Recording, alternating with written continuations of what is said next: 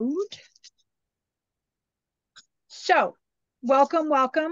This is our this is actually the first class on a new series called Traveling Towards Authenticity. And this will be a class that Jordy and I will be doing together. We'll be working together on this. It is a so it's a new, we'll probably be doing it about once a month. I'll continue with the crystal classes the other 3 Sundays, unless it's Christmas or holidays or something else comes up. But for the most part, I'm pretty good. Most of you, if you've been to any of my crystal classes, I'm pretty consistent. And so yeah, we'll do 3 crystal classes, and then we'll do one class um, where we are looking at the journey towards being true to oneself Yeah. and some of the things that we face, some of the struggles, some of the things where you can work on it and you can, um, things that you can do to make a difference in that area. Wow, Jordan, like I mean, everything in my life right now is like all divine timing. It's it's oh, it's wild because this is 100% the journey that I just kind of stepped on maybe 2 months ago. This journey to sort of finding out who I am, because I don't think in, the last 40 years of my life I've known, I think that was taken from me as a child and I've never gotten that back. And so this is wildly amazing that, and I was just talking about this last night. I don't have control over what that happens over here, and I don't have control over what happens over here, but I have control about my reaction to it and figuring out how come I react that way, figuring out me. And so I just like, this is wild. And yeah, I'm gonna stop because I babble a lot. So sometimes, I just need to reel that in because that's authentically me. no, Girl, same. I think that Girl, that is same. absolutely, um, I think that that is sort of the journey that we're all on. And it is like any journey, it has its peaks and valleys. There's going to be times when you're on the ball and things are happening, and then there's going to be the holy mother of everything above. What, how do I get out what of the this? And then, then you talk to someone or you sleep it off or you do whatever it is that you do that makes you reconnected. And part of, Jody, what you're talking about is that journey, um, to find out what is you. I mean, I know that sounds very strange, but who you are. I don't think it sounds strange. I think it's incredibly, it's really insightful. And I think if you've never actually really known, or even when you did know who you are, you were so young and so many things have happened that have jaded your path along the way. Like, I'm waiting for that. Yeah, I got this shit because I've never had this shit. You know what I mean? Like, I've said, no, I got this, we're good. But I've never actually meant that in my whole life, where I've actually said, no, I got this, where I actually knew what the fuck I was doing. Right. So, or what path I was on, or what journey I was on, or who, or, so this is incredibly, to be able to have like minded people who are kind of, you know, what it feels like is like locking arms and going, no, we got this together, and we're True. going to figure And this that's out and together. that's very much what the Lost Arts is about, is being that tribe that, um, will pull you when you're slacking and catch you if you fall and allow you to sprint forward when you have those moments, because that is how it goes. It goes up and down, and it doesn't, it is, um, I work in hospice, And when people are getting ready to transition, which means they're getting ready to die, families want to know, like, when is it going to happen?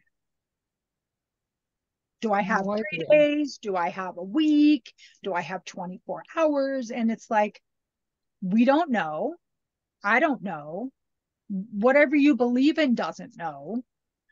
But I can tell you one thing, like, their trajectory goes like this. It goes up and it goes down, and it goes up and it goes down. In this case, they are heading towards the next stage of their journey, which is how I talk to my patients and families about that, is that this is the next step that you have.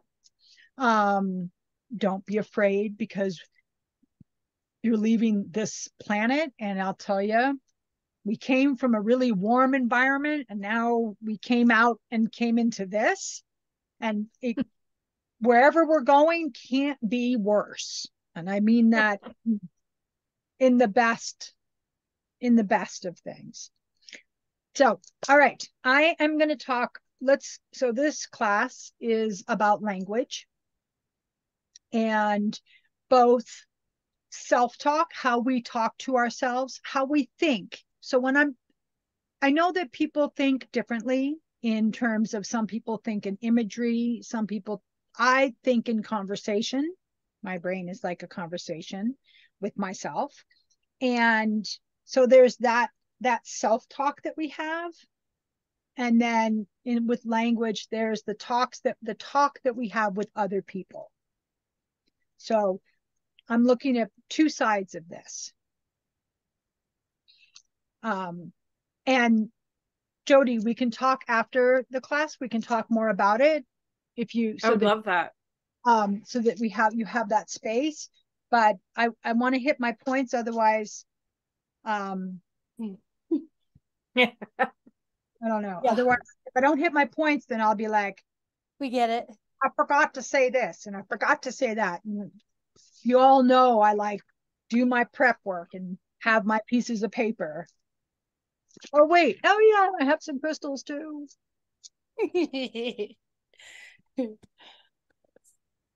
I'm holding the moss agate. Oh, Yes. I love the moss agate. It's one of my favorites. Oh, ooh, that's beautiful. Love that the dark. That is so pretty. There's this little bottom vein through it, like a river. I love moss agate. Me too. It looks like its own little world in there, like I could stare like a planet, like you're looking down on. Oh, look at that. Yes. Ooh. Oh, that's so pretty. So big. Oh, that's my big baby. We hang out. It's like my I don't know what it is about this piece. It's just, it sleeps with me. She goes with me everywhere. Yeah. Oh. No, I totally get it. I sleep with crystals all the time. I wake up with bruises on my body. It's kind of sexy. That's awesome. Is that the same stone? Type of stone? No, this is obsidian. I don't know what it is about obsidian, but obsidian is it's my girl. And I can't walk into a store and look at obsidian and walk out without it. Oh my. I feel that. Oh, obsidian. Oh, obsidian. Oh, yeah. Obsidian. No, I don't have any obsidian. I love it. Yes, absolutely. Obsidian is, so interestingly enough, obsidian, some people are really drawn towards tourmaline and some people are really drawn towards obsidian. For me, it's obsidian, and tourmaline is very much, for me, is an environmental protective stone. It's a stone that I put by the front door. I put it on top of the door. In my office at work, I have 2 little pieces by the door so that if you come in with a shitty attitude, it'll stay outside, and I'm not going to meet that. And it works because somebody came in and then they quit the next day. So two people. It's like, you're right, 2 people did. You are absolutely right. So All right, but that's not why we're here today. I know it's obviously we all know we can hit, we want Tanya to get up on a soapbox. Who hit Crystal? There she goes. But today we're going to talk about language. So the first thing I want to talk about is self-perception. And Jody, it's a little bit of what you're talking about is how we think of ourselves. And we think of ourselves, it starts with how our parents think of us, and they I was going to say inflict it, but that's kind of harsh. They put it upon us in terms of how they think we should be. Mhm. And Jody knows my parents. Yes. and those both positive and negative can be put into us, and it's still even when we try to as a parent, I'm a parent, even as I try to allow each of my children to blossom into who they are and to stay as close to as being true to themselves, we still live in a world that will not allow for that. Right. We still need to have protections. And sometimes those protections come up in how we present ourselves. So we internalize this. And it is how we talk to ourselves and how we perceive ourselves in that self-talk is attached to our self-esteem, our self-confidence, our self-worth. Those words are when we negatively talk to ourselves, we pull ourselves down, we allow self-doubt to get in, we allow our esteem to be lessened, and we can have a negative self-image, and it disempowers us. Now, negative self-talk, here's a key. Negative self-talk talks to us in our own voice. It is not somebody else telling us, you are a piece of shit. You are worthless. You are not valuable. It talks to us. It's my sounding like me saying, really? Why did you think you could do that? What made you think that you were good enough to do that? Or that you deserved that? Or you're worthy of that? Who the fuck do you think you are? Mm-hmm. Now, my self-talk has a potty mouth because I have a potty mouth. And so it sounds just like me. And as we tackle growing as people, as we tackle becoming true to ourselves, we will have to tackle that negative voice. You will have to consciously, not unconsciously or subconsciously, you will have to consciously, when that voice starts yapping, you will have to say, no, no, no, not having it. Having people close in can help because they can help you when you're stuck in the mud. They can help pull you up, but it has to start in yourself. Yeah. If there is no one that can pull you, you have to start this conversation. When that voice says, I can't do it, you have to be the first to say, you know what? I'm struggling to do it. It's a challenge. I don't want to do it. Talking about exercise. I can't. So we talked, I don't have time. This is a big one. I don't have time. This is what I say. This is what I say. I don't have time to exercise. Such a load of shit. Truly, it's just a bunch of bullshit. I don't want to exercise. But it sounds much better if I say, I don't have time. Sounds better to other people, which presents my image. And it sounds better to me because then it's like, I just don't have time to exercise. You know what, honey? If you got up 20 minutes early, you could exercise for 45 minutes because you usually just sit there for about a half an hour not doing shit. While your body screams at you. And well, and then obviously then you're, if you're hurting, if you are feeling a huge amount of physical pain, then you need to find another type of, do chair yoga or whatever you can do. But the fact is that when I say I can't do exercise, I don't have time, that is another type of self-talk where we are, and this is like crossing over from internal self-talk into external self-talk. Why don't you exercise? I don't have time. I have a very busy schedule. But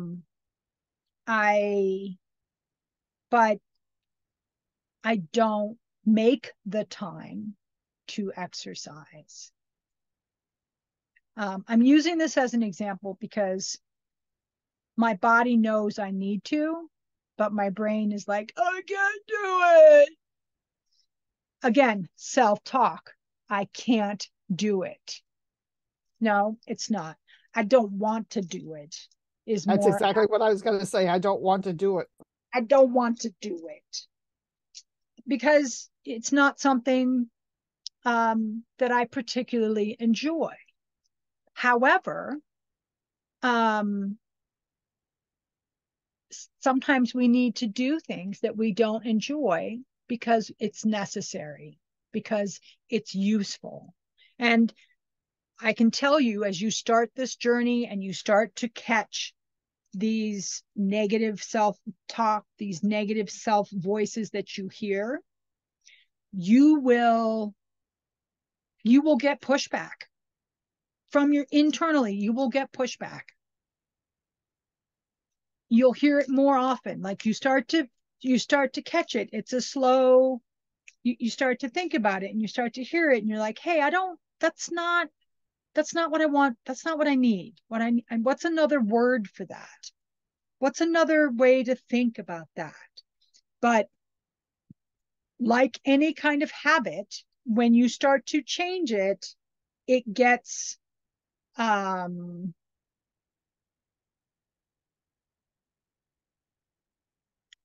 when you start to change it, it gets pissed off. Habits don't like to be challenged. They like the comfortability. Yes, Miss Jody.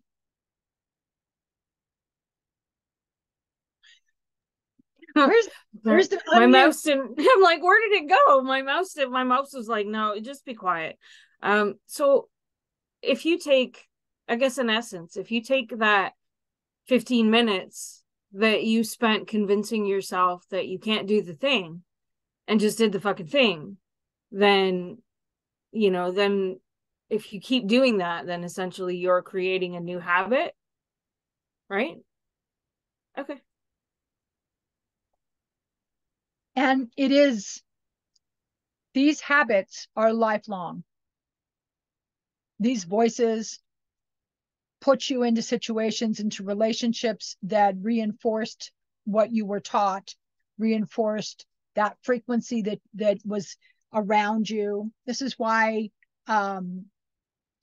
studies show that people who are abusers come from abused households, because that's the frequency that they know. If your father is a total asshole and dick, the likelihood that you're going to end up with someone who's similar in frequency in your personal life is going to be higher. It doesn't always happen. It is not always the case. There's always exceptions. These are overarching statements, all right? Because each human is individual, so it's not tackling an individual situation. We're talking about the bigger picture, about a majority of people. And these are studies. These are not just me making up stuff. There's studies that show that this is the case. It's just like there's a genetic component to alcoholism and drug abuse.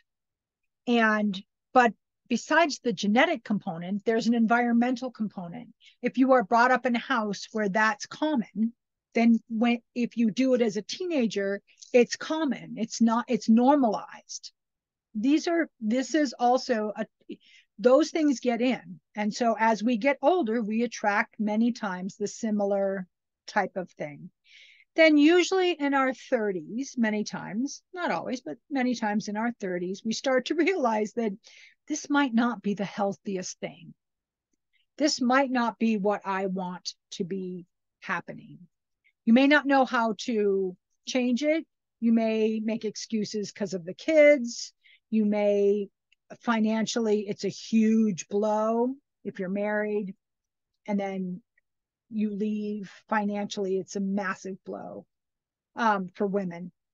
And but those voices come up. I can't leave because a broken home is so much worse than a home with a person who's angry at me all the time. This is self-talk. Man, if we only knew how wrong we were in those statements back then, as opposed to now.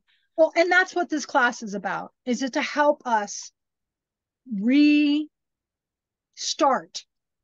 that, to restart to when your phone's acting up and you shut it down and you restart it. Reboot. Yeah. Reboot. It is, these classes going forward will be very much about rebooting. I think in this class, we're just going to talk about internal self-talk, and the next class we'll talk about external communication. Hannah just saw a hawk. Of course you did. Just so you guys know, hawk's my thing. My guy. Hawks are my guy. I see them all the time. I in downtown Denver, urban, and I'll see a hawk and I'll be like, what are you thinking? Are you going to pick up somebody's cat or something? Probably. So I see them all the time and I love them. And whenever I see them, I saw one this morning. I saw one, he was sitting on the light pole. It was cold this morning. So he was looking kind of like, oh, I'm up, I'm cold. You have the coffee. How dare you? So thank you, Miss Hannah. Thank you for that. That makes me feel really good. So this self-perception, how we perceive ourselves. The next thing is, and part of this is our emotional well-being is also impacted by how we talk to ourselves. I'm over emotional. I'm too emotional. I'm open to, I just can't stop things from getting in. I don't know. If any of these things ring true, just so you know, these are not healthy self-talk voices. I should have protected myself better. Yes, that's reasonable. I had a rough week last week, and you know what? At the end of the week, I was like, oh my God, I am having to process this, and I did not do a good, I needed to do a better job of protection in myself. Tomorrow's Monday, and I will be doing a better job this coming week of protecting and keeping myself intact, because by the end of last week, I was not intact internally. And so our emotional well-being is very much impacted by our self-talk. Now, the positive self-talk is, you got this, girl. You can do this. You are strong. You are confident. Okay, so you're a little nervous. That's okay. You got it. You got it, girl. You can do it. These are, when your voice says that, even if you're nervous, when your voice says, you got it, girl, you can do it. Go kick ass, put some boots on and take care of it. Put some gloves on, roll the gloves up, bring it on. When those voices start, because they will start, the more that you start to say, no, I'm not having this. I may not talk to myself this way. Early on in my journey, and I've been on a self-growth journey since I was 17. And I was brought up in a way where my father was on his journey. So I was exposed to it my whole life. But at 17, I decided. And I think in my early 20s, this is where somebody said to me, if you get anxious and you hear that voice that sounds like you, it's lying to you. You can't do that. It's lying to you. Will you be able to run a marathon? If you want to run a marathon, we've all kind of said, yeah, we're not overly keen exercisers. We're good with that.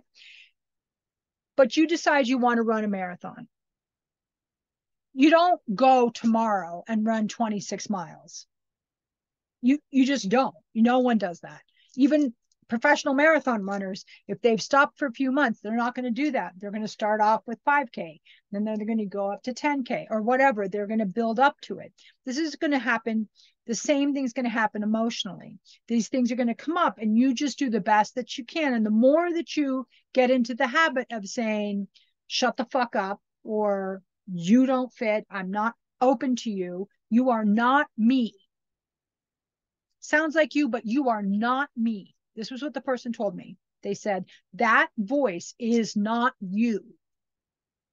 That voice is not the essence, that unique bit of universal force, God, goddess, whatever you call it. That little bit would never say, you are not good enough. Ever. So when you hear that, remember, that's not you. It's habitual, it's childhood, it's adulthood, it's society, it's all these other things, but it is not you. Behaviors and actions. So I've been going on pretty good here. Jordy, do you want to step in and say anything or?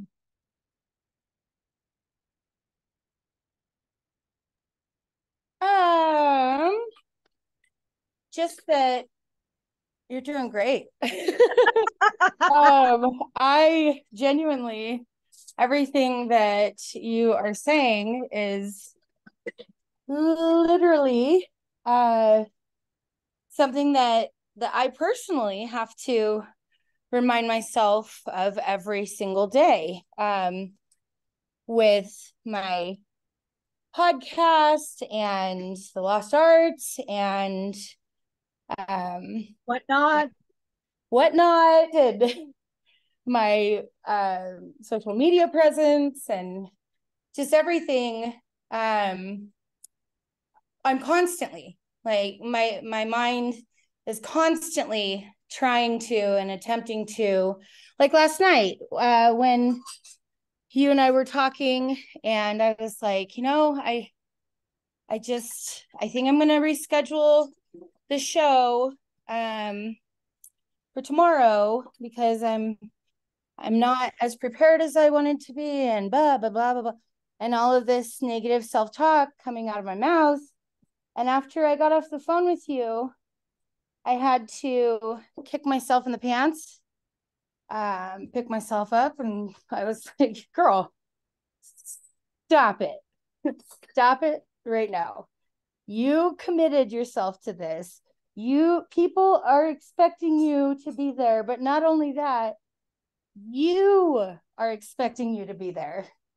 So get your ass in the show and let it be what it is. And, again, it's just that constant battle of reminding yourself over and over and over again who the hell you really are and what the hell you really can do.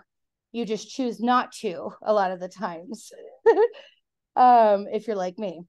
But yeah, and I will say again, it is one of those things that there are times where I get a little too excited and think that I can do something and suddenly it kicks my ass and I'm like back to my, your mind going, see, I told you. And that is another part that I wanted to bring up, was consistently reminding yourself, even when you have failed or you didn't succeed as much as you thought you were going to, that doesn't matter. You tried. And that's the part that matters. And that's the part that I also have to remind myself of every single day is, you know what, maybe that wasn't the right approach. Maybe that wasn't the right thing to say or thing to do, but I tried, and I can walk away knowing that I did the best that I can, I think that's another huge thing that we have to remind ourselves of daily, because Annie asked a question, which I think that is goddamn voice, is when does the positive become a habit? I'll tell you what, it takes a long time. I'm an optimistic person overall. I'm a cheerful person. I'm a morning person, which doesn't make everybody happy, because if I have friends who are not morning people, then they're like, shut the fuck up. But it takes time. It gets easier. I'm not sure it ever really goes away 100%. No. I don't know if the Dalai Lama has a self voice that negatively impacts him, but I'm going to bet that there's times when that happens and he's like, okay, I've got to meditate about this and get this out. Right. I have lots of respect for the Dalai Lama. I met him when I was a kid, and a couple times, and he's an amazingly funny man. But I'm sure that he's humble because he realizes that he is as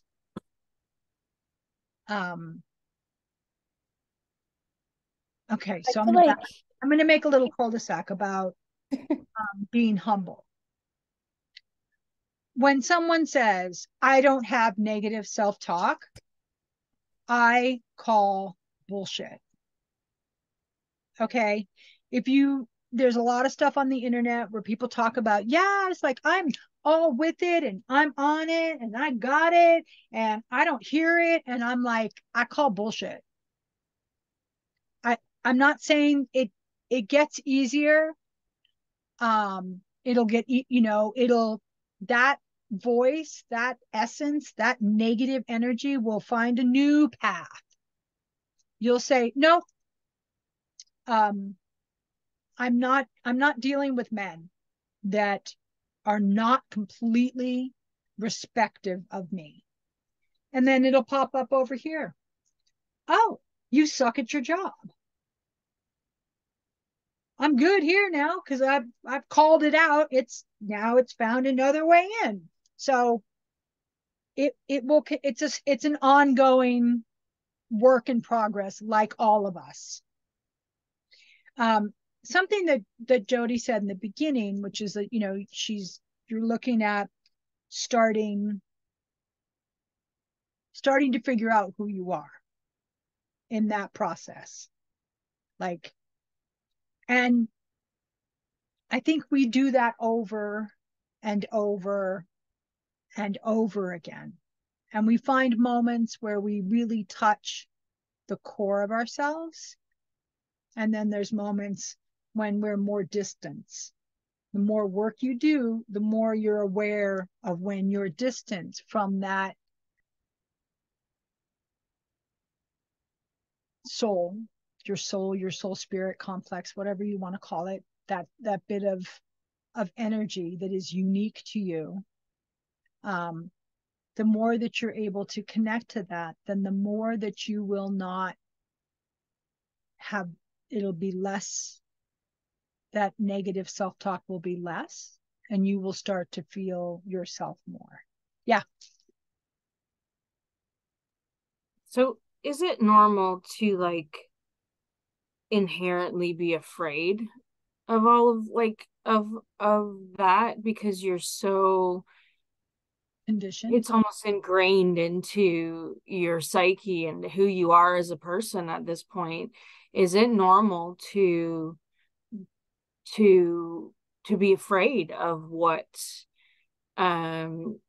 taking that, you know, those I can't do that, or who the fuck has time for that, and all of those little, you know, negative things that we tell ourselves throughout a day, even let alone, you know, years of our lives. But all of those little things that that you're so just used to doing, you don't even really pay attention to the fact that you're doing it. You know, like you said, you know, Jordy said, I can't. And you went, oh, well, right. So those things, I think that for most of us, that's just like it's like second nature to say, well, I can't do that, or I don't have time for this, and you know, I got to pick up the kids at 5, and I got to do this, and I got to do that, and the dog's got to go get its nails cut, and I got to make supper, and I have 67, you know, things over here for work, and I don't have time for that, or I can't do this. So, but to be and then that negative self-talk sort of about yourself kind of creeps in, and you know, when does the positive become the habit?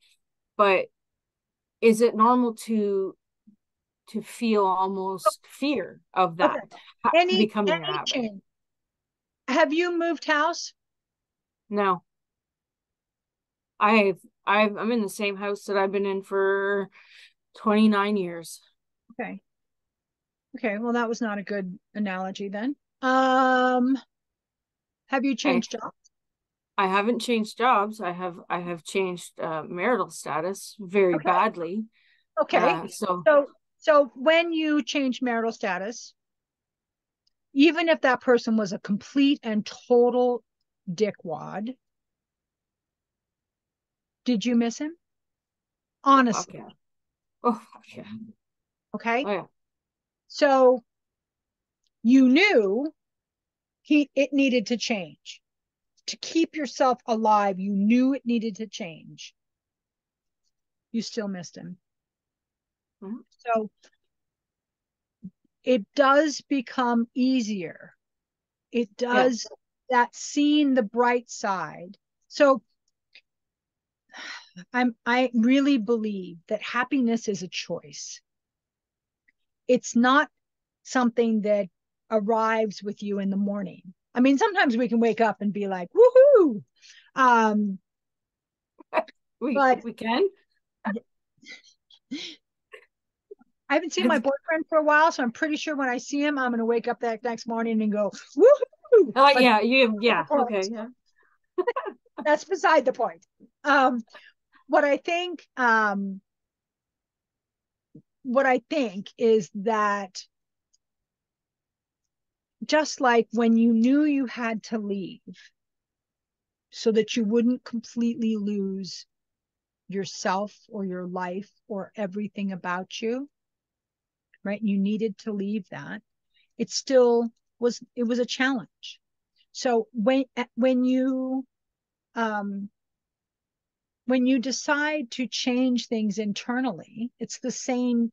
You will miss that person that you thought you were. You're going to be uncomfortable. Change is uncomfortable. Whether it's moving, changing jobs, changing relationships, having the kids move out, having a kid, going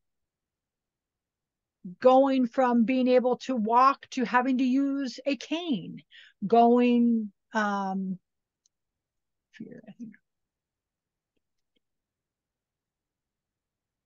yes, Absolutely. Absolutely. That's a really good way to put it. And we also, one of the things that happens is we surround ourselves with people who reinforce that image. I've lost, I got pregnant later in life. And when I got pregnant, I'd had a group of 5 women that I had been close with, and I lost all of them. They stopped talking to me because I got pregnant. And when you start to change, women, girls, family, men, people that you've known, your kids, your spouse, when you start to change, and this is pretty much for very close in relationships, you need to let them know that you are changing. You are working on changing the language that you talk to yourself. Ask them, if you hear me say the word can't, let me know. Don't get pissed off at them the 3rd time they tell you said can't, because you've asked them to point it out. So don't get pissed off at them if you do that. But that takes, that takes time. That is, hang on one second. I've got this meme that I printed, and then it got crushed, and then I wasn't going to hang it up. And then what the fuck did I do with it? Well, it was a meme of a woman. Oh, actually, I have it. I'm not going to look for it. That's a bad idea. It's a meme of a woman pulling a woman who looks just like her, who's on the ground with her feet being dragged, saying, I don't want to change. I'm comfortable.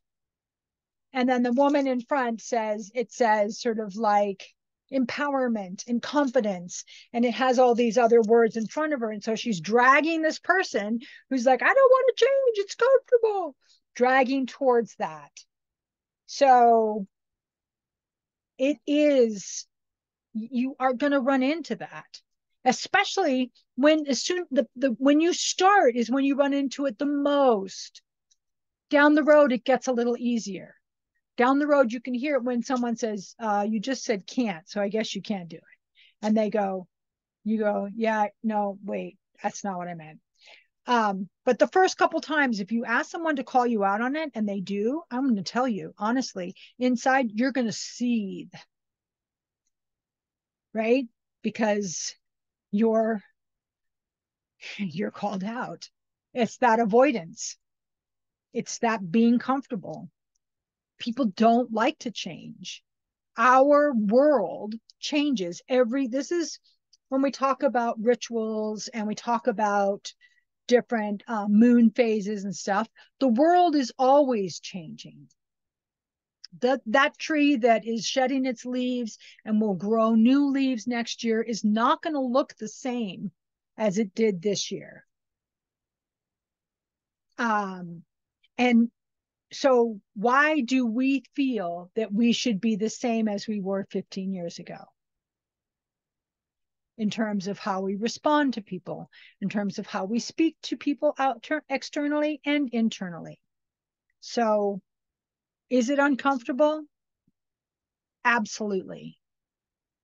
Will you, when you change your self-talk, you will start to change.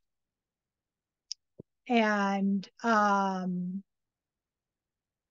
it's not comfortable. That's why, like, the essence of the motivation and the essence behind the Lost Arts is so that we have that together. So you can post in the chat, I am dealing with this negative self-talk that's driving me crazy. And then people can support you in that. We are here for you. And it's a safe place to be able to do that. And I know that Jordy would agree with me. If you ever feel unsafe, please let Jordy, me, or Carrie know. Please. That is really important, because Got you guys. what we want is a safe place for people to say, motherfucking negative voice kicking my ass today. And I'll tell you what, having 5 people's other energy supporting you while you kick its ass will give you that extra boost, because that negative self-talk changes our behavior, changes our but it sets up a self-fulfilling prophecy. Now, I'm sure a lot of you have heard of self-fulfilling prophecy before. So I'm going to tell you the study that started the self-fulfilling prophecy.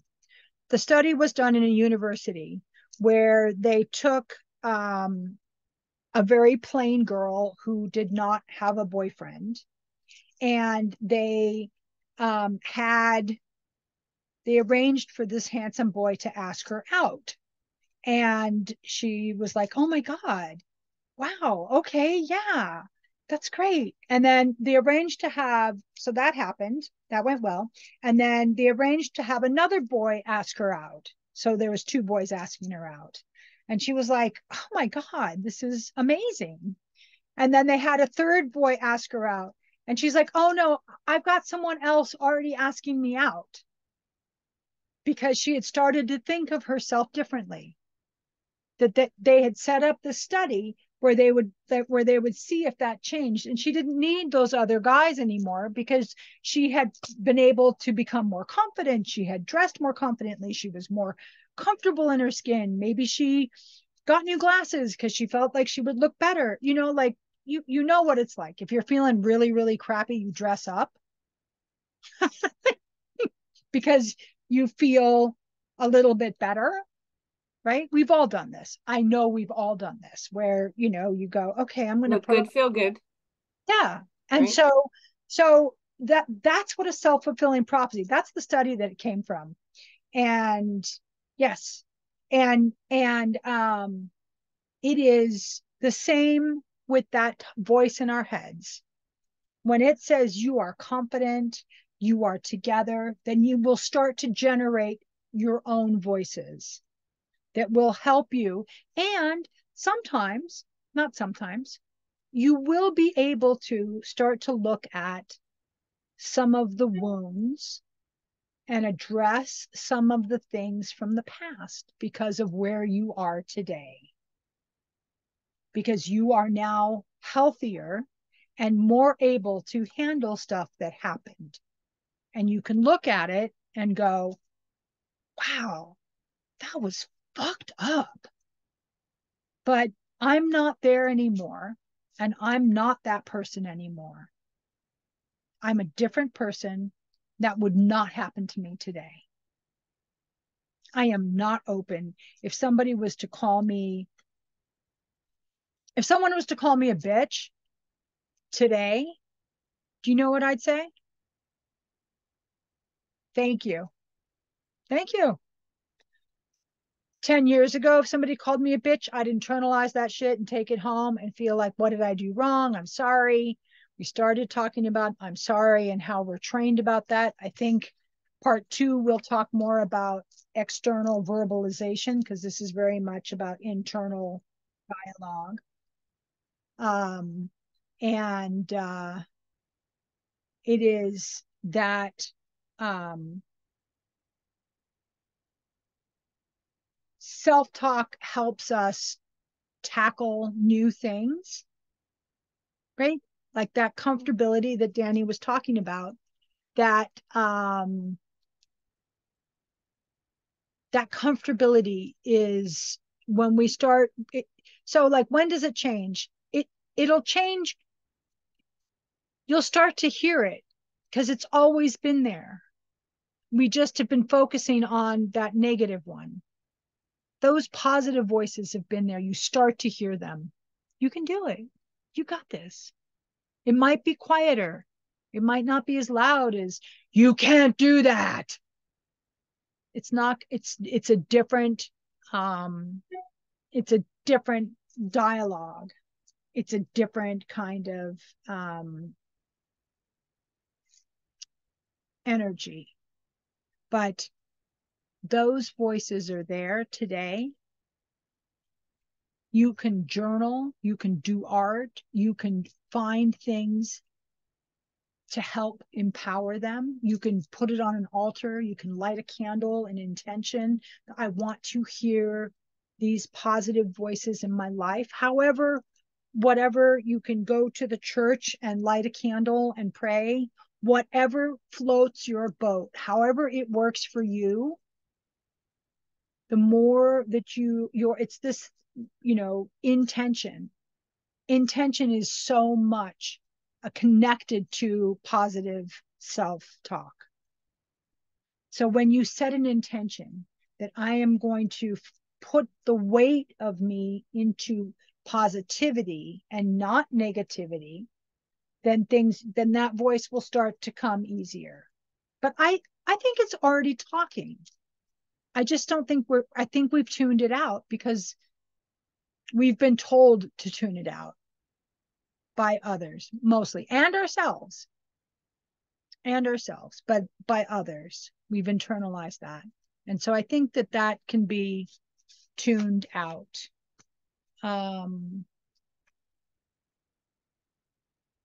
Jordy, you're on. No. No, I'm just listening. I like it. Yeah, so I just think that it's really that language that we use, and everybody's is going to be specific to you, right? I have my negative self voice.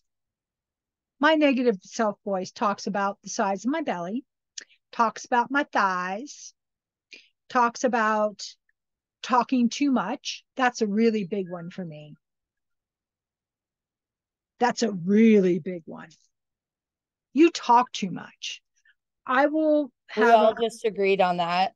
Like I saw Jody that I talk over there, too much, and I'm like, like that I talk too much. Is that what you're saying? No, that we all are in the same boat on that one. It's like constantly, I'm like, oh God. And so I'll go home. I'll go and have drinks with a girlfriend. I just did this a couple weeks ago. And I went and had drinks with her, and I talked the whole time. And I came home and I went to bed because I'd been drinking, and I took a shower, went to bed, and I laid in bed and thought about all the shit that I didn't ask her. Yeah. And I thought, oh my God, she's never going to want to go out for a drink again because all I did was talk about me. That's what I just did to my best friend. She called me the other day, and I was just like, she called me, and I was like, oh yeah, oh cool, blah blah blah. And so, hey, guess what? Blah, blah, blah, blah, blah. And then 3 hours later, I hung up the phone and went, well, like, that was rude, And that's and that, so what are some, so let's do an exercise. What are some of the voice? Oh yes. Just real quick. I'm the complete opposite. Like, I talk too much about the other person, like the person I'm talking to.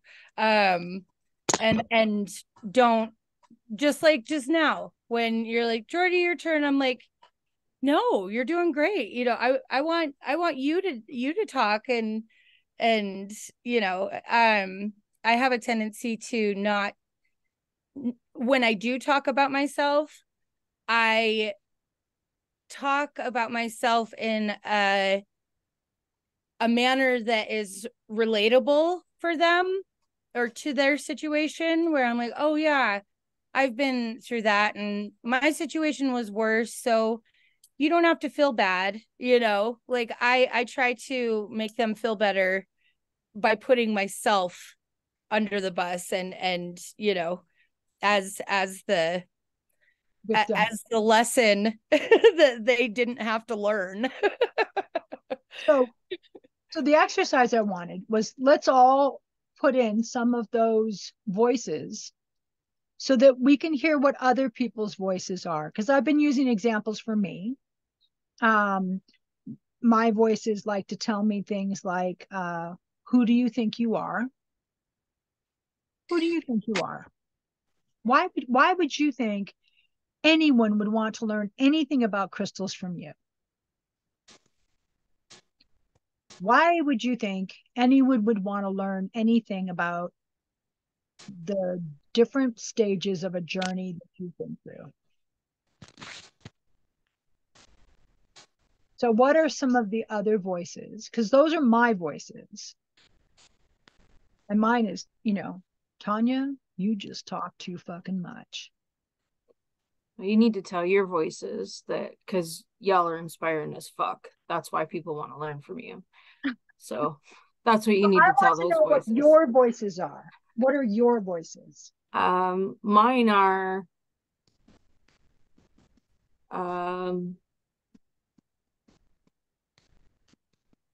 I think the most prevalent one for me is that I'm not enough.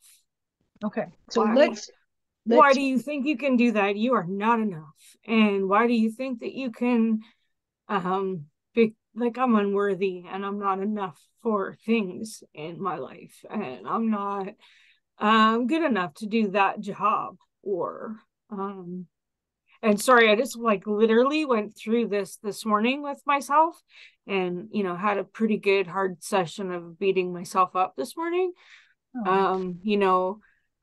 You love too hard and it's suffocating. You're emotionally frenzied because that's what I've always been told. Like, I'm too much of emotional, and I'm either too much or I'm not enough. So which one the fuck is it? Because I don't know, how do I work on this or do I work on this? And so I'm unworthy, I guess, right? And so those are mine. And I talk too fucking much. I really do talk too fucking much. No, you don't. You don't talk too much. Okay. Now tell me why. So let's flip the switch. All right. So that, because what we can do here is we can provide you with some sentences, some phrases, so that when you hear that fucking voice, and don't get me wrong, I hear that voice. I took another job, like a job up, and I was like, fuck, I'm not sure I'm not good enough for this job. And George is like, what the fuck is wrong with you? Is what she said. That was the other voice that came in and was like, what do you mean you're not enough? And so these are common.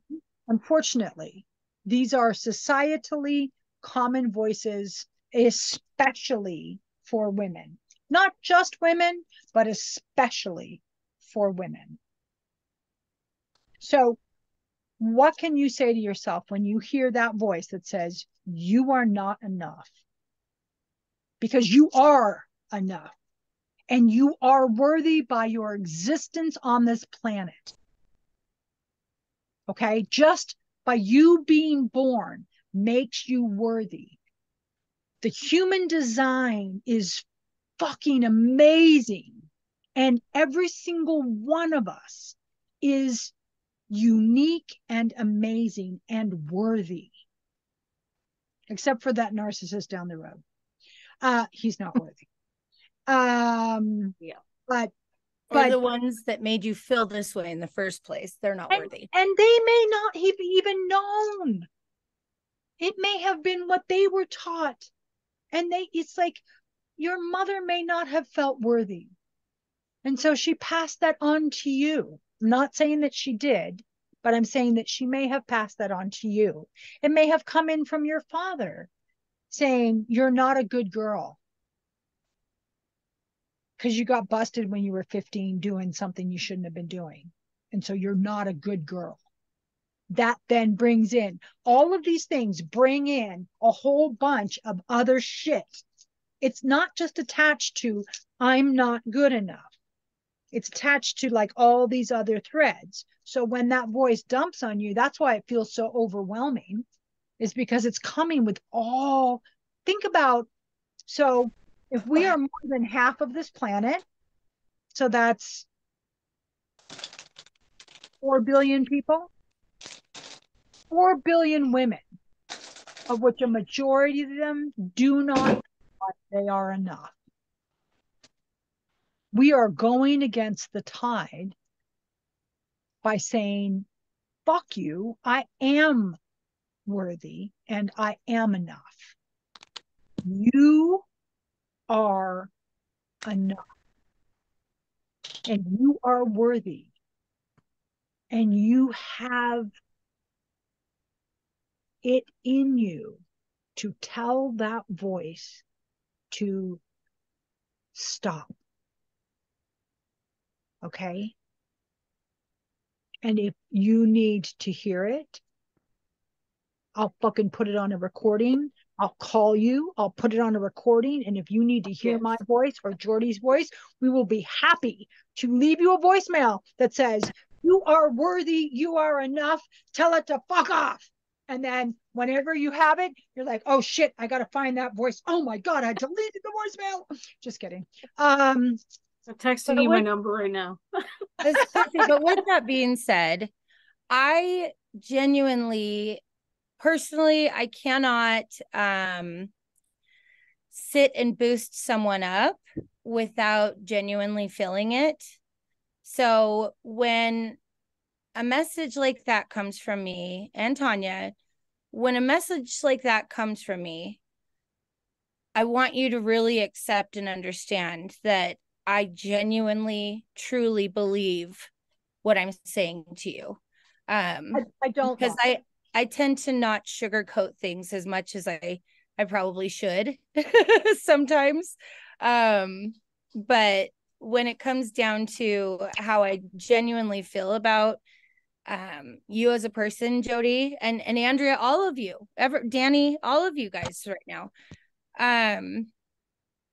we are so strong, all of us.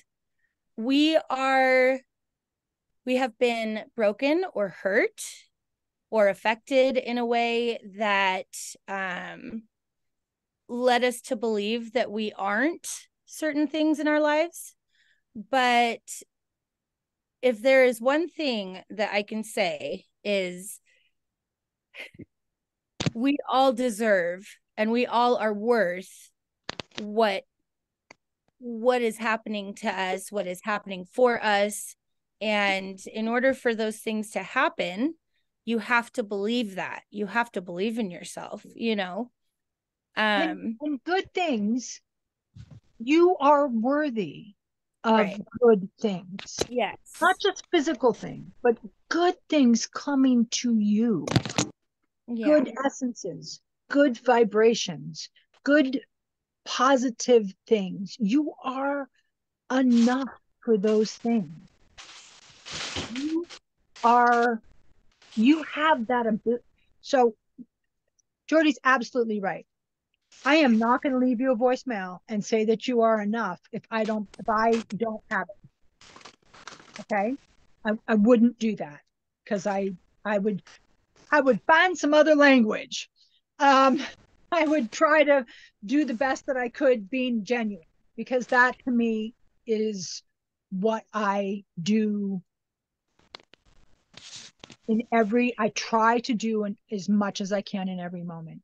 Danny, did you want to say something?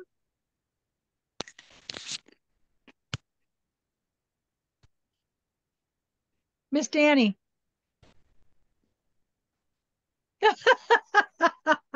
Oh, God, you put me on the spot. I don't know how I unmuted. I didn't mean to, but whatever. We're here now. I think a lot of the negative self-talk and especially the feelings of unworthiness really spring from our need as a species, as human beings, to be accepted by each other. And that feeling of being not accepted or having other people not like you. I don't know why that's so impactful, but for a lot of us, it really is.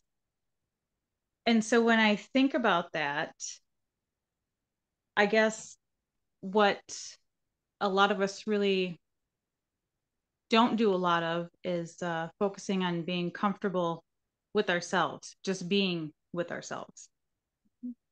So yeah, that was what I was going to say. And that made me think of something.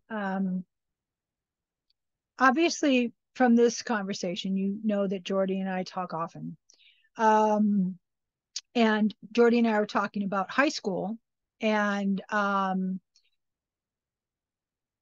for many people, high school was a great time and good. I'm good for them. And I'm so glad that was. For me, high school was hell. And if, you know, Danny, you brought up this idea of wanting to be accepted. And high school is one of those times when you really, really want to be accepted because you're going through all these physical changes and mental changes and pushing against the structure of your home and trying to find a place in the world. All these things are coming up. And then you've got teachers telling you need to get your shit together in the next 3 months because you're graduating. And what are you going to do? And so all the shit's coming in. And then you're getting your ass kicked on your way to school or on your way home, or I was thrown into a trash can. And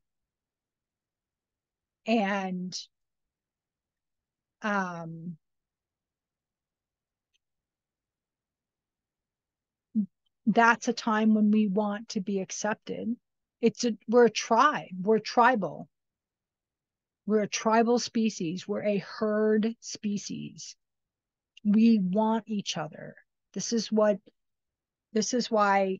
if you need me to send you a recording that says that you are accepted or you are enough, I am more than happy to. Because maybe it takes that external spark sometimes to get that internal negative voice to stop. So I was told in my early 20s about the negative voice. I am not in my early 20s. I'm not saying how old I am because I'm vain. And I still hear it. 20 some years later, I still hear that voice. Do I hear it as much? No, I do not. When I hear it, what do I tell it? I'm like, bye-bye. And I try to find the positive things. I think everybody has, for me, crystals have been, yeah, I think you're right. And I hadn't thought about it that way, but crystals for me have been my way of being able to energize myself to be able to grow as much.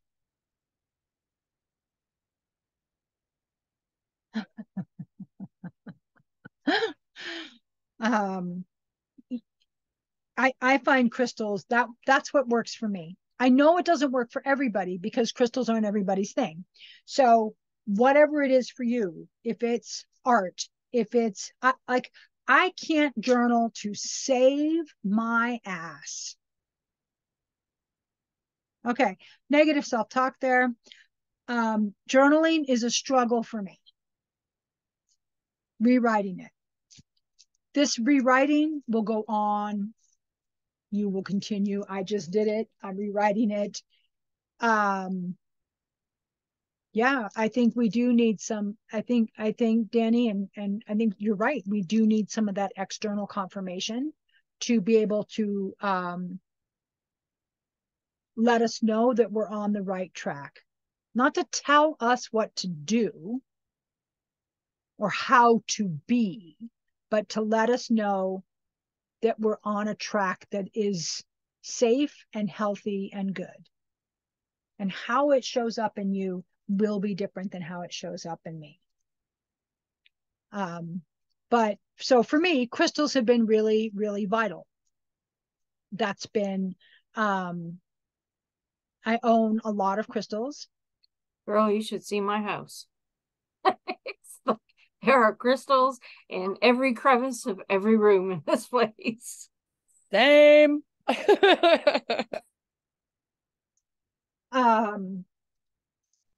And so crystals for me have been really, when I feel vulnerable inside, I'll pull out some crystals that work for, I did a little tiny bit of research before class to talk about like what are so calcites are really good, just the calcite family. They are what's called I'm gonna have to slaughter it, triagonal. It's also known as rhomboidal. That's part of the crystal system, the lattice work. And that lattice work allows us to reset. It's a resetting energy. All the crystals that come under that lattice work have that aspect to them. And calcite, amongst chalcedony and agate, and some of the quartz, also sit under that umbrella. But calcite is a really great resetting stone. There's my little plug for crystals. Because this, by the way, is the coolest stone in the dark. Absolutely the coolest. So, Jord, what's up? Are we going to do a part 2 to this for the external and how we deal with people? That's a great idea. I think that's awesome. But also, I think next time we should do a few more exercises as far as self-talk and reminding.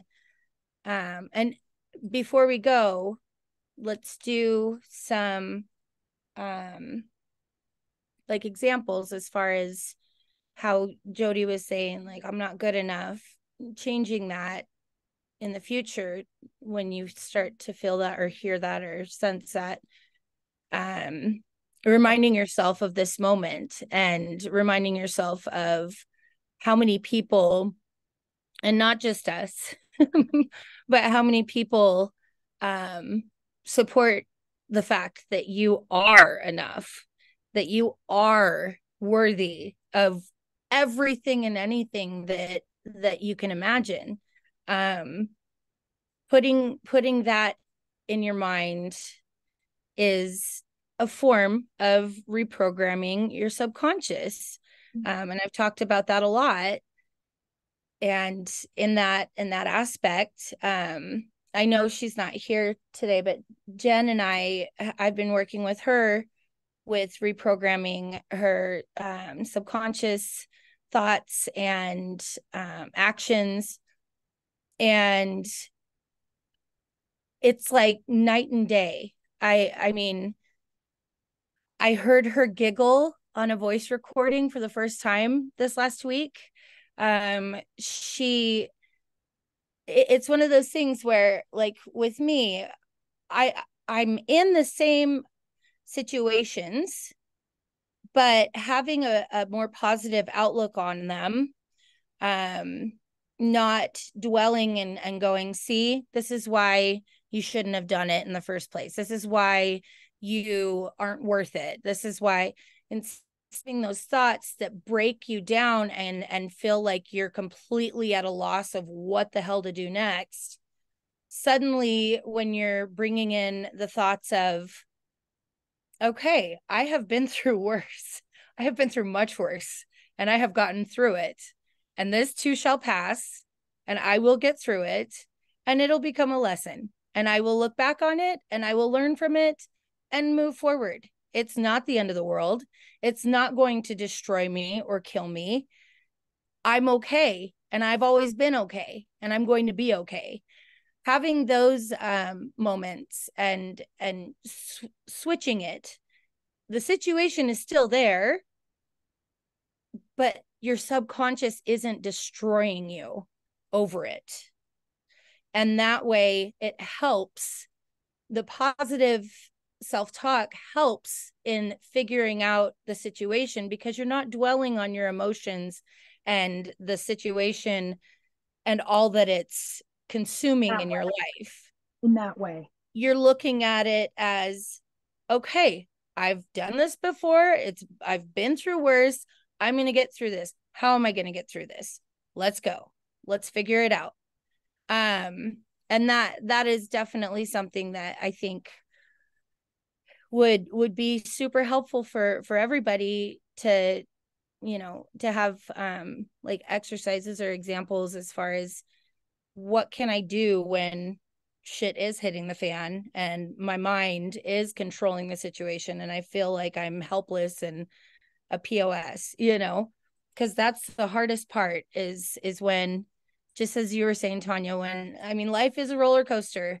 You've got ups and then you've got downs and then you've got ups and then you've got downs. But remembering that and realizing that this too shall pass, and you are, and it is not your fault that you are in the situation you're in. It just is what it is, and I will get through it. That has changed my life personally for the better. But it took many years of constant negative thoughts, constant negative feelings, constant, you know, negativity with my self-talk, and I still struggle every day with it, but those reminders are what is the difference, you it's know. also easier once I'm you've conscious told, of it. once you've told it to stop, the next time you tell it to stop, it's a little easier. Exactly. Yes. Next Yeah. time you tell it to stop, it's a little easier.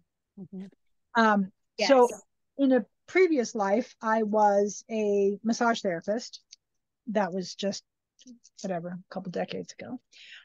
Before I became a therapist, was a massage therapist. And when I worked on people's bodies, people would have postural habits.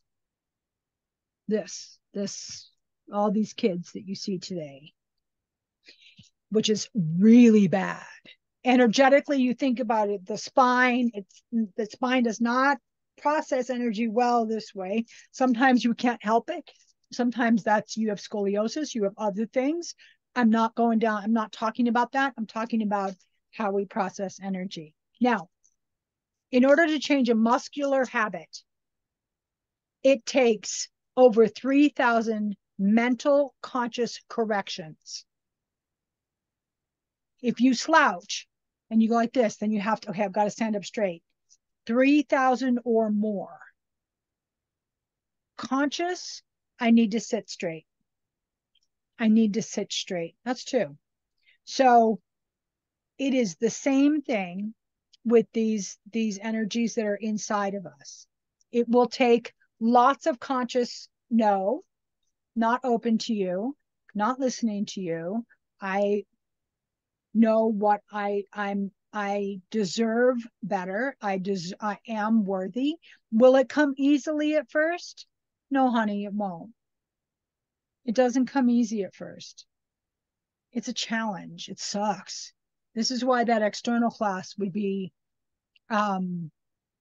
really good, because we'll also talk about entitlement, and some other we can talk about some of the history, like our historical patterns, frequencies that we pick up, that get into us, that affect our self-talk. So that'll be in a few weeks. But I see Danny has hand raised. Yeah. Thank you. Yeah. I was on a run. No, that's okay. I just didn't want to interrupt. It's fine. So I had this typed out. I was going to put this in the chat, but then when I went to send it, I somehow deleted it. So I'm like, now I'm going to have to just raise my hand because I don't want to type all that out again. So for me, when I hear things like, you are good enough, etc., I have massive internal rebuttal. Okay, to the point where I don't believe it right away sometimes, because my internal voice will, politely thank whoever's saying that to me, but on the inside I'm like, okay, well, why can't I? Why, don't I? Why, there's all these kind of negative, well, if that's true, why isn't this happening? So what's the, I don't know, fix is the right word. What is the remedy, or I don't know, rebuttal to that, I guess? So I was gonna say I'll take that. I'll take okay, that one as well. okay. And I have some ideas, but go. So I personally it's been about, I'd say, a year since I began actually absorbing and accepting compliments or positive feedback. And the way that I have grown to do that is literally exactly what we've been talking about all class, is the constant reminders, retraining your subconscious, because that's just what it's used to doing at this point. It's used to just breaking you down and making you feel as though you're not worthy, because the subconscious does not run off of emotion like the conscious does. And so when something has worked in the past to prevent you from putting yourself out there, or possibly getting hurt, or possibly getting shut down, the subconscious will automatically use that every single time from that point forward. And so it's one of those things that you have to retrain it and reteach it. No, this may have worked and it may have prevented me from getting hurt in that one situation way back when, but this is no longer how we're going to do it. We're going to do it this way. And we're going to push the boundaries. We're going to safely, because the subconscious is also your survival mechanism. It's the one that sits there and goes, oh, hold on. This is iffy. You need to stay on the path that we're used to, that we're okay with, that has worked thus far without emotion. So retraining it and reteaching it, basically showing it that I can talk myself, I can push myself and persuade myself to believe that I am worth it, that I do deserve this, that we can do this and succeed. We will be in a safer place. We will be in a better place. That is what has worked for me, is, again, the constant reminders every time I start to feel or hear or sense those negative feelings towards myself or the self-talk. I immediately remind myself, no, hold on. We're going to take this path, not that one, because that one hasn't worked for us yet,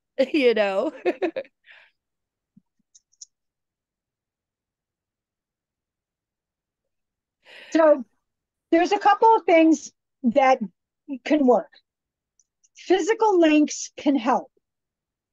That's why crystals can help, or stones, or woven bracelets, or wearing a specific color underneath everything, or a satchel of herbs, whatever it is. Having a physical, something that you can physically touch, hold, handle, can help you get back to that. One. Two, I have this great app It sends me affirmations throughout the day, all day long. I have it set for like every 45 minutes or something, really lame. And when I read I am enough, I don't always believe it, but I'm trying to get it in my system. I want it to be there so that when I need to actually access I am enough, that it's actually there. And so it says, I deserve good things. I am enough. And it just like gives these, and you can like certain ones or like, sometimes it's like, I don't know, I'm financially able to do whatever I want to do or something like that. And I'm like, yeah, that's not quite where I'm at yet. But it is having, whether they're stickies on it, whether it's written in lipstick on your window, on your mirror, whether it's a sticky in your car, whether it's a sticky on your desk, whatever it works, having those extra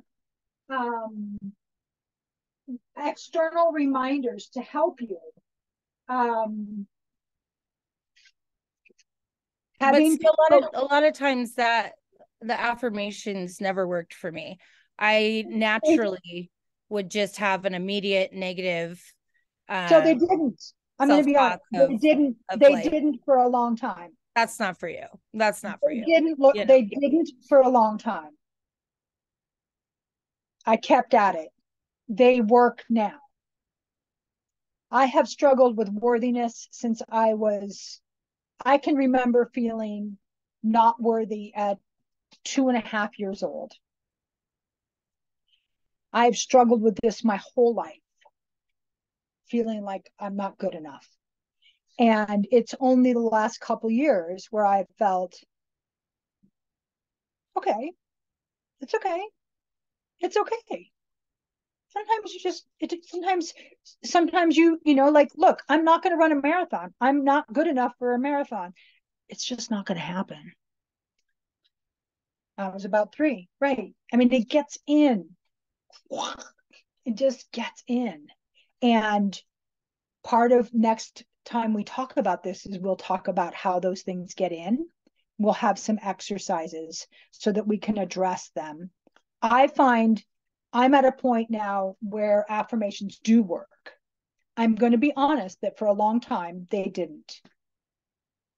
Louise Hayes is I don't know if anybody's heard of her. She was sort of part of the metaphysical community in the 70s, and she's the one who sort of came up with affirmations and tied them to physical.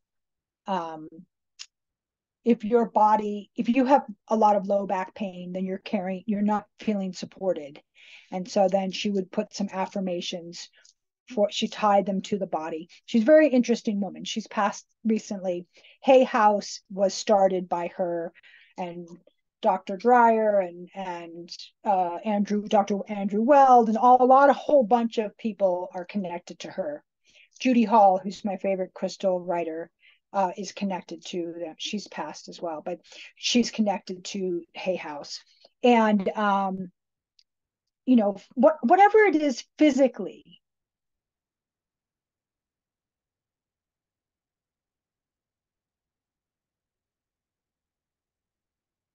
Sorry, I can't talk and read.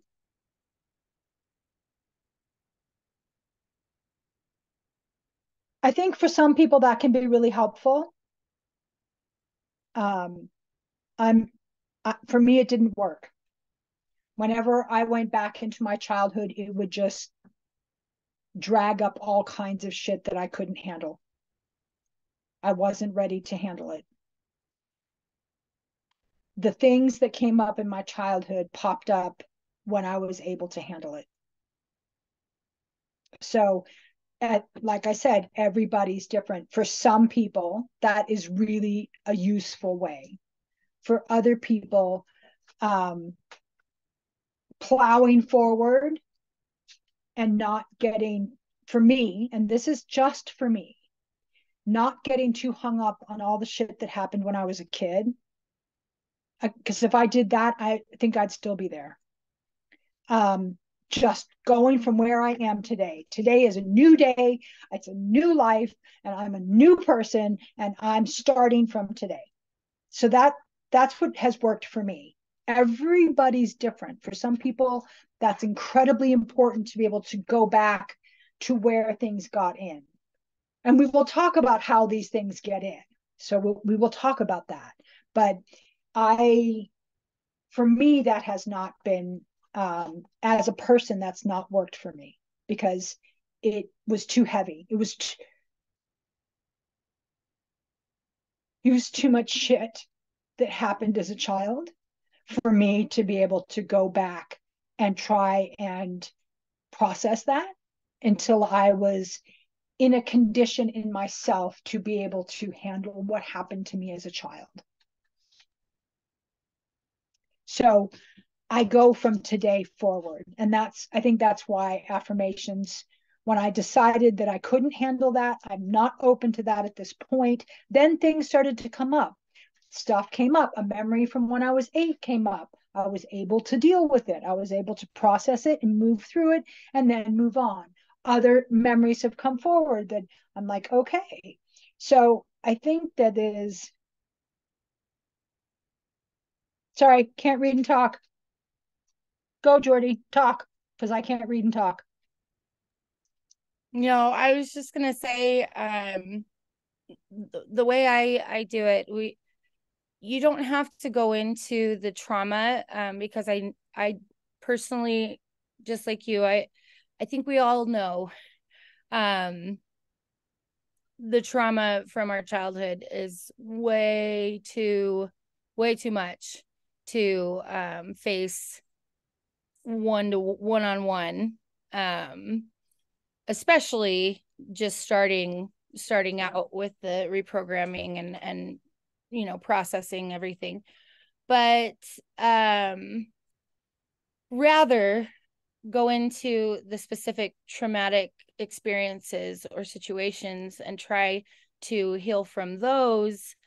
The way I do it is I have you go into a situation where you felt vulnerable, you felt intimidated, you felt scared or upset, and you walk in as you at this age. You walk into the situation, and for me, it was, for example, my dad was physically abusing me, and I was sitting on the bed as he was above me and about ready to beat me. And I walk in to the room and I see my child self on the bed, and I pause the situation. So my dad is paused, he's frozen. And I say, hey, I know this is weird. And I'm sure, this is not something that you expected to happen. But then I have a conversation with her and I say to her, I sit down on the bed. I say to her, I want you to know that you have so much to look forward to. We have been through so much. And as you at 38 years old, I can truly, honestly tell you that you are so strong. You are so beautiful. You are so kind. And you have 2 beautiful kids that you have raised. And you have all of that to look forward to. And if there is ever a situation from this point moving forward, I will be there to protect you and to save you from that. And that relationship, I know, Tanya, every morning at 7 a.m., I have a reminder on my phone that says, hug your child self. Every morning, I go into my mind and I go back to little Jordy and I give her a hug and I say, I hope you have an absolutely beautiful day and I love you and you're going to kick ass. And that has healed so much of my subconscious belief that I never had someone that protected me. I never had someone that would come in and save me or talk to me and love me and hug me every morning. that is what I'm talking about as far as the reprogramming. You know, your conscious state knows that all of that still happened. It did happen. But the reprogramming, your subconscious begins to believe that there was a person there that protected you and saved you and helped you through these situations. And I can truly honestly say I have a solid, beautiful relationship with little Jordy. And that little Jordy has come out in my life and who I am to this day, today, because of it. So that's definitely that's what I was referring to as far as going back to your child self and healing from there on in that way. You don't have to go into the trauma, and because for a lot of us it's too much. It's too much, and it's not necessary, because once you have that older yourself who you are now protecting your younger self in your mind, all of that trauma won't be as traumatic because you had someone there protecting you and saving you and keeping you from that trauma. And that's just how I've worked with that. So beautiful, Jordy. So beautiful. Yeah, Keep going every day. Yes, every day. Got to keep going. Yeah.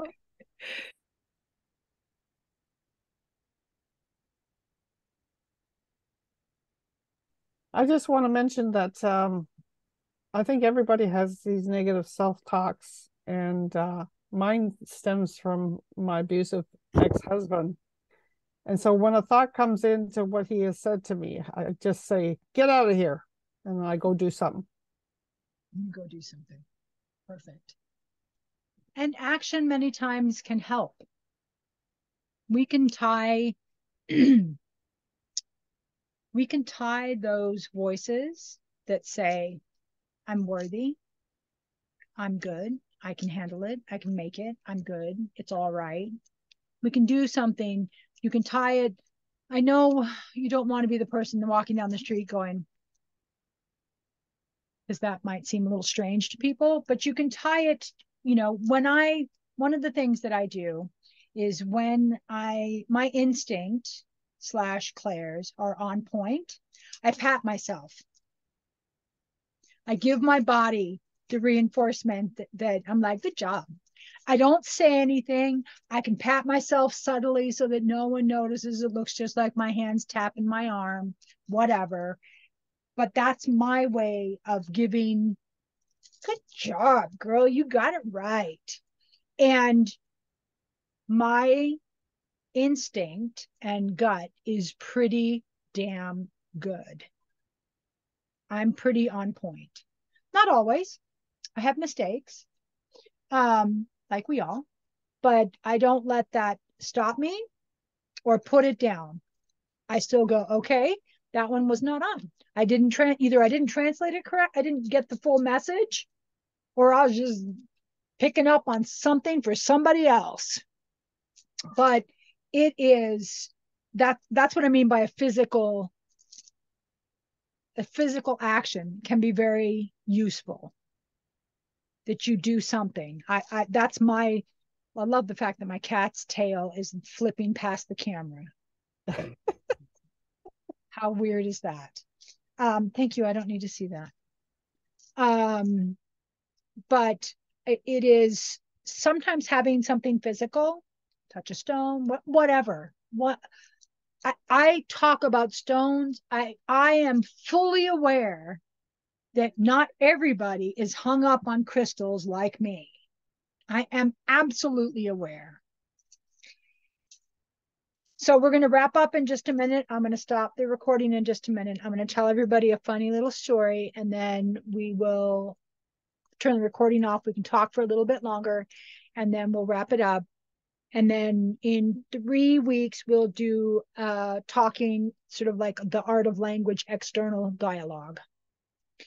We'll look at how we present ourselves in terms of language, how we use language externally, how we can be manipulated or unconsciously or unintentionally manipulate people through language. We'll look at a lot of the different things. So that'll be in about 3 weeks. So I have an office. I am doing 2 other people's jobs besides my job, so I'm not in my office very much. But I came into my office the last week, and somebody had hung a cinnamon broom on my door.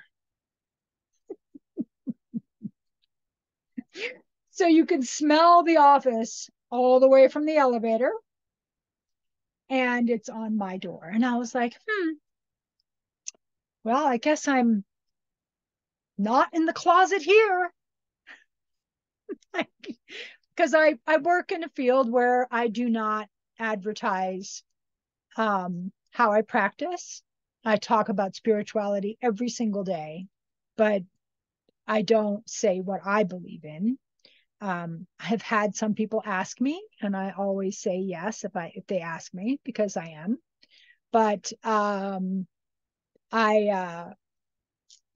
came in and there was a big cinnamon broom tied to my front door, up to drive to my office door, and I was like, yep, guess somebody knew who I am. Anyway, thank you all for coming. I'm going to turn off the recording now. We can hang out for a little bit and chat. I'm just going to turn off the recording if I can find it.